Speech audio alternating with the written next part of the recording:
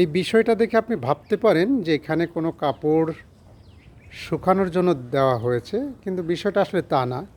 এখানে যেমন একটা কাপড়, কয়েকটি কাপড় দড়িতে ঝুলানো আছে, পাশাপাশি নিচে একটা বালতিও আছে।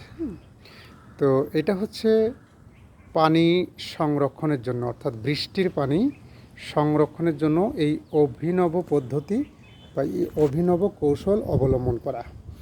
যে বিশেষ করে চট্টগ্রামের শহর কিংবা শহরলগ্ন অধিকাংশ অঞ্চলেরই পানিতে প্রচুর পরিমাণ আয়রন থাকে, এবং এই আয়রনের কারণেই পানি খাবার অনেকটা অনুপযোগী হয়ে যায়। তো যার কারণেই অনেক মানুষ বুদ্ধি খাটিয়ে এই ছাদে কাপড় দেয় এবং কাপড়ের নিচেই বালতি অথবা যে কোনো পাত্র রেখে দেয়, যাতে পানিটা টপ টপ করে ওই বালতিতে পড়ে।